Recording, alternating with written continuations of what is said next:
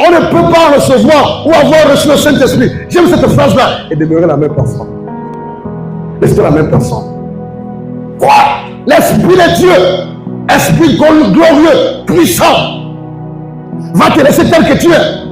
Dans ton concorsage, dans ton mensonge, dans ta colère, dans ta haine, dans ta fornication, dans tes murmures, dans tes critiques, dans ta tradition, dans ta masturbation, dans tes avortements, dans ta pornographie, dans tes habits sexy, dans tes cheveux bizarres, ou dans tes cheveux multicolores, au point où que l'Esprit de Dieu, qui est l'Esprit de crainte, le va te dire, ça c'est pas le Saint-Esprit.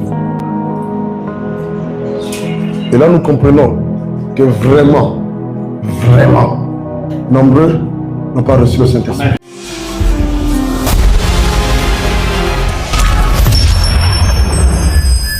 Nous étions morts spirituellement. Et qu'est-ce qui a causé cette mort spirituelle? C'est le péché, les offenses.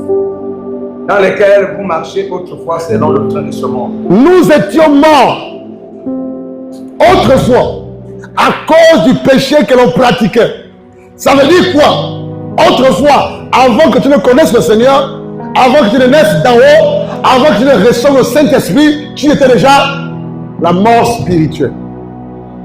Or, lorsqu'on parle de la naissance d'en haut, ou la nouvelle naissance, la seconde naissance, ou la naissance spirituelle, c'est quoi?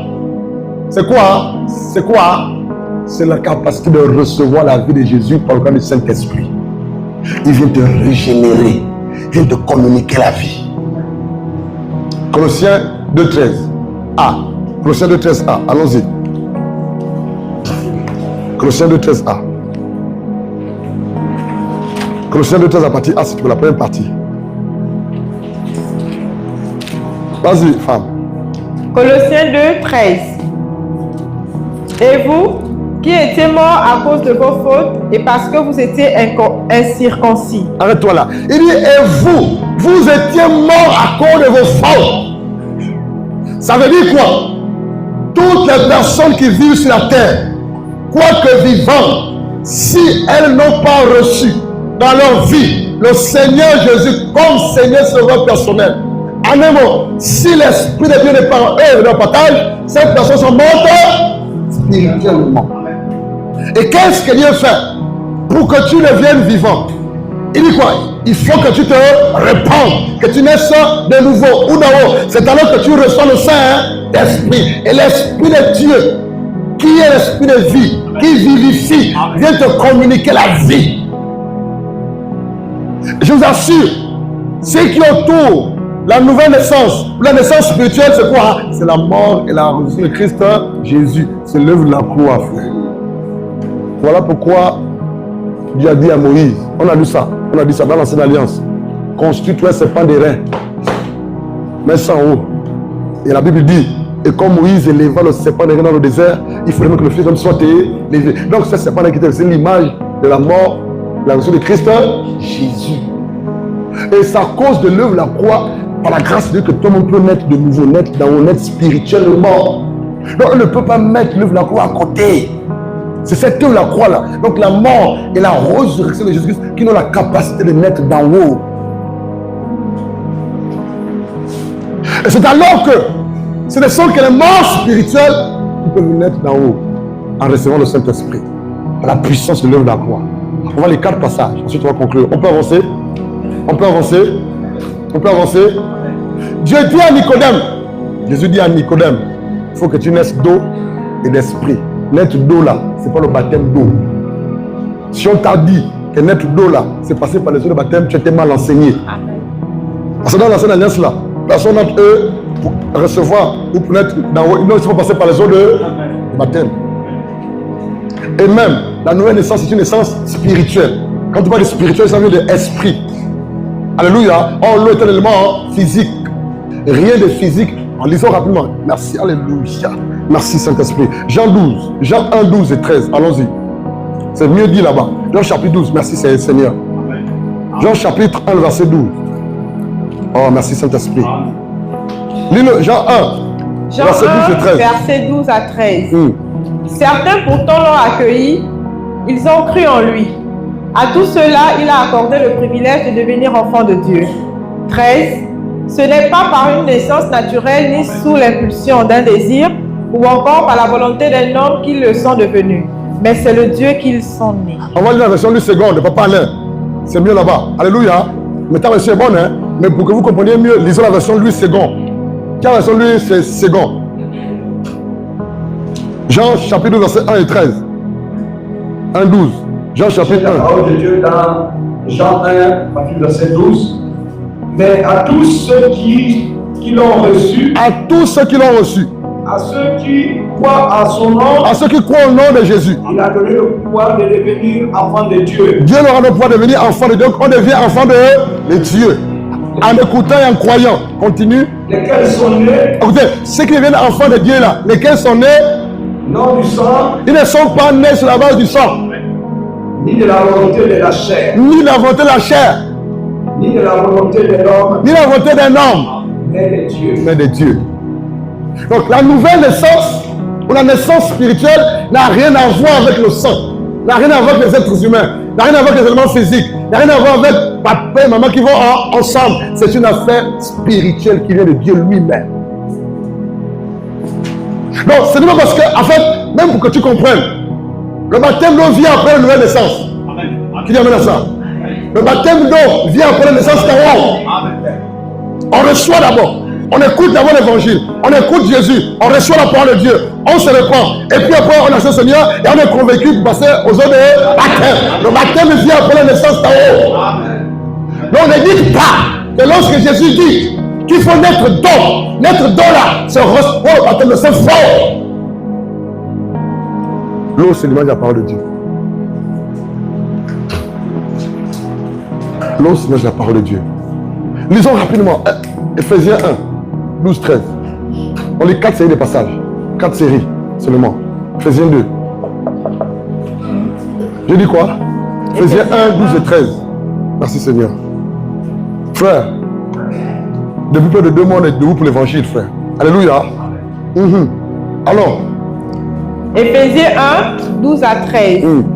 À célébrer sa gloire, nous qui, les tout premiers, avons placé notre espérance dans le Messie. 13. Et en Christ, vous aussi, vous avez entendu le message de vérité, cet évangile qui vous apportera le salut.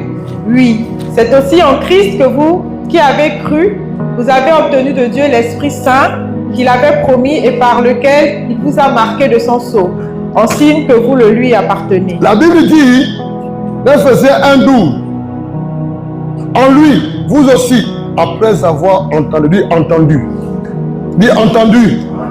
On écoute la suite. Après avoir entendu la parole de vérité.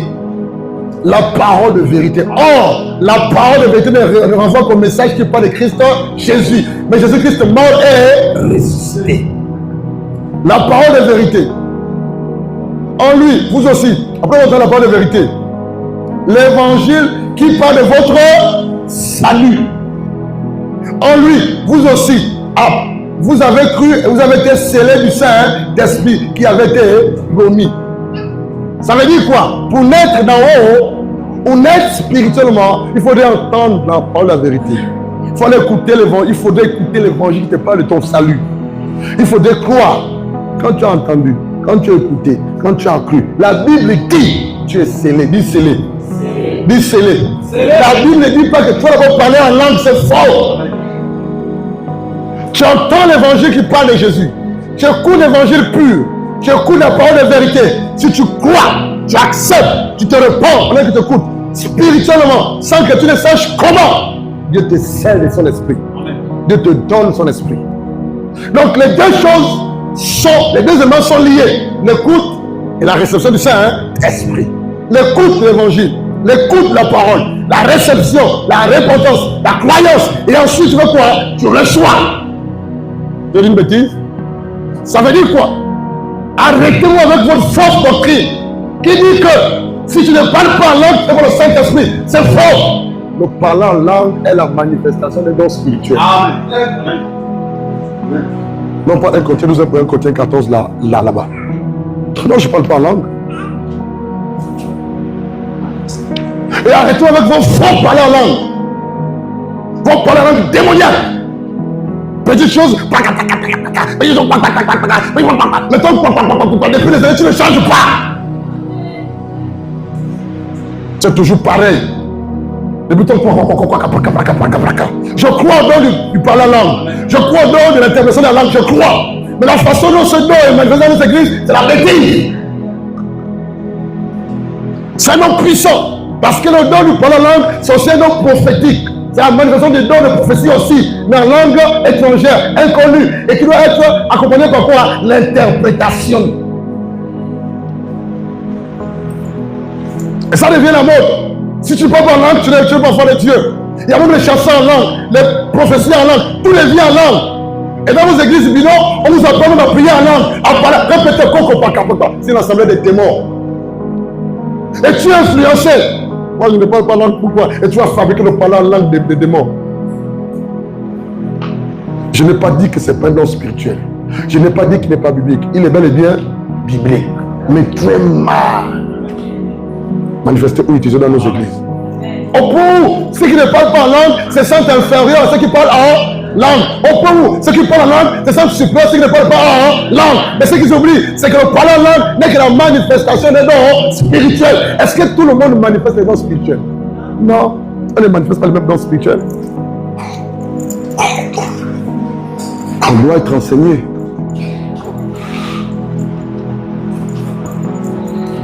On doit être enseigné.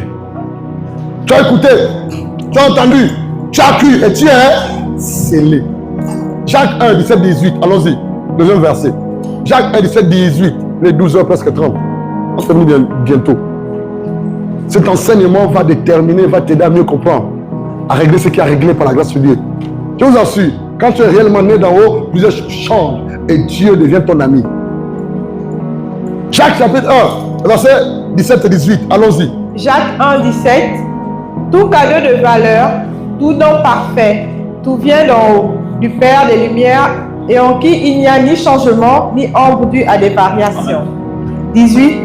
Par un acte de sa libre volonté, il nous a engendrés par la parole de vérité, pour que nous soyons comme les premiers fruits de sa nouvelle création. On va aller doucement. Relis, papa Alain. Je lis la parole de Dieu dans le livre de Jacques 1, à partir du verset 17. Toute grâce excellente et tout don parfait descend d'en haut. La nouvelle naissance, la naissance spirituelle est un cadeau d'en haut. Une grâce d'en haut, une bénédiction d'en haut. Continue. Le Père des Lumières, chez lequel il n'y a ni changement, ni ombre de variation. Continue. Verset 18. Il nous a engendrés. Il nous a mis au monde. Alors la seconde naissance, ou la naissance spirituelle, c'est une naissance qui vient d'en haut, de Dieu. Il t'engendre, il t'accouche, il te régénère.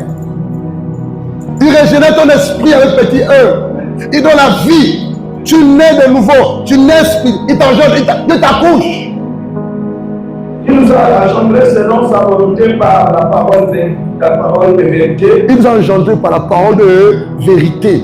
C'est l'histoire des nets d'eau là-bas. Vous comprenez ça, non? Allons-y dans le passage. 1 Pierre 1, 23. Ça va comme le passage qu'on lit? Ça va combien? Ça fait 3. Allez-y. 1 Pierre 1, 23. 1 Pierre 1, 23. Car vous êtes nés à une vie nouvelle, non d'un homme mortel, mais d'une sémence immortelle. La parole vivante et éternelle de Dieu. Amen. Relis s'il te plaît. 1 Pierre 1, 23. Car vous êtes nés à une vie nouvelle. Quand vous êtes nés, engendrés, régénérés, accouchés, à une vie nouvelle. Alléluia. Continue. Non d'un homme mortel. Non d'un homme mortel ou des choses mortelles sur la terre. Mais d'une sémence immortelle. D'une sémence immortelle, incorruptible. Une sémence incorruptible. Continue. La parole vivante et éternelle de Dieu. Alléluia. Donc là, Ephésiens 1 là-bas, 12, 13. Ils ont entendu la parole. Ils ont écouté l'évangile pur. L'évangile du salut, la vérité. Ils ont cru, ils ont été scellés. Et 1 Pierre nous dit ici que cette sémence incorruptible, immortelle, qui est la parole de Dieu, contribue aussi à ce que l'on soit né d'en haut. Dites-moi, est-ce que dans tous les passages que je vais lire là, dans le baptême d'eau dedans, deux éléments ressortent. Quels sont? Le Saint-Esprit et la parole de Dieu. Amen. C'est tout. Lorsque tu écoutes la parole, tu crois, tu règles. Dieu te dit, il te scelle. C'est donné, c'est accordé de son esprit. Tu deviens enfant de Dieu. Lesquels sont nés, ni du sang, ni de la chair, ni de la volonté des hommes, mais de Dieu. De Dieu, nés de Dieu. Il y a des personnes qui sont nées de Dieu. 1 Pierre 1,3 le dit. Pourquoi on prend ce passage? Pourquoi on parle de la nouvelle naissance? Pourquoi on parle de la naissance d'en haut? Parce que nous sommes nombreux qui prions. Il y a des assemblées, des églises, mais on n'est pas régénéré. On n'est pas régénéré. On n'est pas régénéré. On n'est pas né d'en haut. En fait, c'est quoi la nouvelle naissance? La nouvelle naissance n'est rien d'autre par la grâce de Dieu que la régénération spirituelle que le Saint-Esprit accorde à ton esprit au niveau de ton esprit petit E. Et lorsque ton esprit est régénéré, est recréé par la puissance du Saint-Esprit, le Saint-Esprit dans lequel, voilà quoi, vient habiter, non, ton petit esprit dans lequel le Saint-Esprit vient habiter, influence ton âme et ton corps. Et du coup, par la grâce de Dieu, pendant que l'Esprit fait un travail à l'intérieur de toi, même à l'extérieur des hommes et des femmes, que cette personne soit chrétienne ou païenne, voit en toi quelqu'un de changer, de transformer. On ne peut pas recevoir ou avoir reçu le Saint-Esprit. J'aime cette phrase-là. Et demeurer la même personne. Rester la même personne. Quoi? L'Esprit de Dieu, Esprit glorieux, puissant, va te laisser tel que tu es. Dans ton concorsage, dans ton mensonge, dans ta colère, dans ta haine, dans ta fornication, dans tes murmures, dans tes critiques, dans ta tradition, dans ta masturbation, dans tes avortements, dans ta pornographie, dans tes habits sexy, dans tes cheveux bizarres, ou dans tes cheveux multicolores, au point où que l'Esprit de Dieu, qui est l'Esprit de crainte, ne va rien te dire. Ça, c'est pas le Saint-Esprit. Et là, nous comprenons que vraiment, nombreux n'ont pas reçu le Saint-Esprit. Nombreux ne sont pas régénérés. Regardez, j'ai mon épouse. Si normalement, j'ai le Saint-Esprit, je ne peux pas vouloir du mal à mon épouse. Qui amène à ça? Je ne voudrais que du bien. Et s'il arrivait qu'une mauvaise pensée ou que je me comporte mal, l'Esprit me dit, Panchala, tu as mal? Tu as mal? Je me réponds de suite, on bénit sur l'avance. C'est la même chose que l'épouse. Quelle est? On ne peut pas avoir reçu l'Esprit de Dieu. Tu écoutes la parole, tu dis que tu as l'Esprit de Dieu, que tu es né d'en haut, tu es né spirituellement, au niveau que ton petit esprit est régénéré par la puissance du Saint-Esprit, et que tu continues à pratiquer ton péché.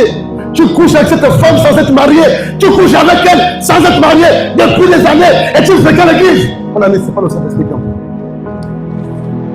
Tu as le Saint-Esprit, mais tu passes le temps, soi-disant, à écouter les musiques mondaines, à tromper les autres. Tu as le Saint-Esprit. Non, ça, c'est pas le Saint-Esprit. Tu as le Saint-Esprit. Tu passes le temps à critiquer les autres, à critiquer, à murmurer. Non, c'est pas le Saint-Esprit. Tu as le Saint-Esprit. Tu ne vois qu'en l'autre le mal. Ah! Tu ne vois en l'autre que le mal. Dans sa vie, tu ne vois que le mal. Tu ne vois jamais le bien. Et tu dis, non, tu as un problème. Normalement, quand tu as le Saint-Esprit de Dieu, l'Esprit glorieux, de puissance, de sagesse, d'intelligence, de force, lorsque Dieu va se rendre compte que tu commences à mal te comporter, l'Esprit doit te recadrer. Tu n'attendras même pas la réunion comme ce matin-là pour que tu sois recadré. Parce que l'Esprit est le premier témoin en toi. Mais quand on regarde les chrétiens aujourd'hui, on se pose la question, est-ce qu'ils ont vraiment le Saint-Esprit? Non! Non! Tu as le Saint-Esprit, tu passes le temps à regarder la télévision matin, midi et soir, sans prier, sans méditer. Tu dis que tu as le Saint-Esprit? Non! Parce que le Saint-Esprit va t'aimer à aimer les choses de haut, les choses de Dieu. Tu as le Saint-Esprit, tu vas toujours te battre pour tes mêmes intérêts, jamais pour les intérêts de Dieu, pour l'avancement du royaume, pour le salut. Non, frère, tu as un problème.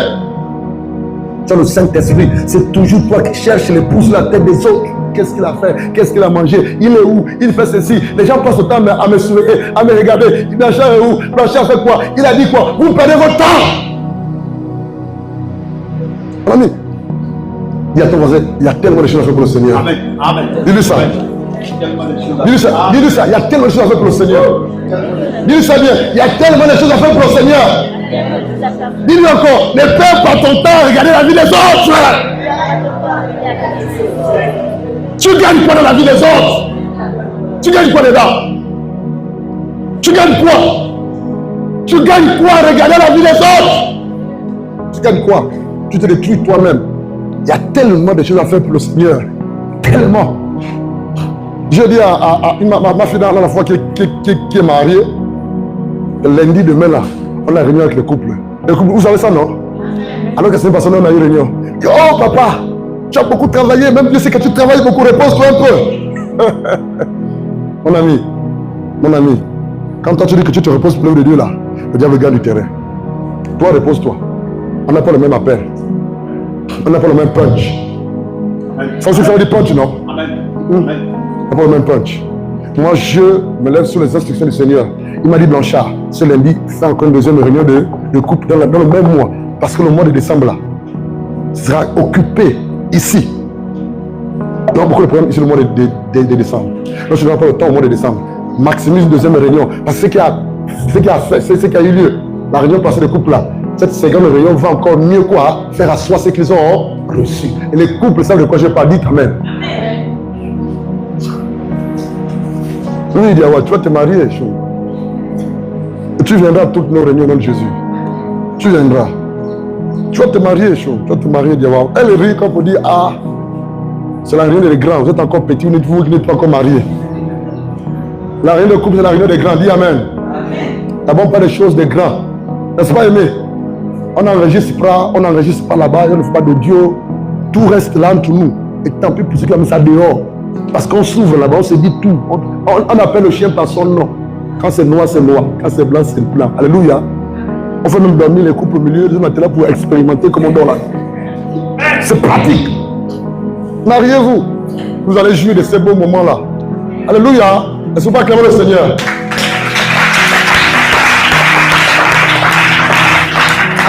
Je vais conclure. Es-tu né d'en haut? Je vais conclure. Es-tu né d'en haut? Es-tu né spirituellement? Je vais conclure. As-tu reçu le Saint-Esprit? Je vais conclure. As-tu été introduit dans le royaume de Dieu? Je vais conclure. Est-ce que ton nom est écrit dans le livre de vie? Je conclue. Est-ce que tu es fils, fille de Dieu? Est-ce que tu es fils du royaume ou fille du royaume? Je veux conclure. Manifestes-tu les fruits de la nouvelle naissance? Parce que quand on te regarde, on voit toi quelqu'un qui est né d'en haut, mais spirituellement, qui a reçu le Saint-Esprit. Ça, c'est qu'il y a des signes qui déterminent ça. Alléluia. Si tu es édifié ce matin, si tu t'es éclairé, si tu t'as parlé, lève-toi et acclame le Seigneur, s'il te plaît.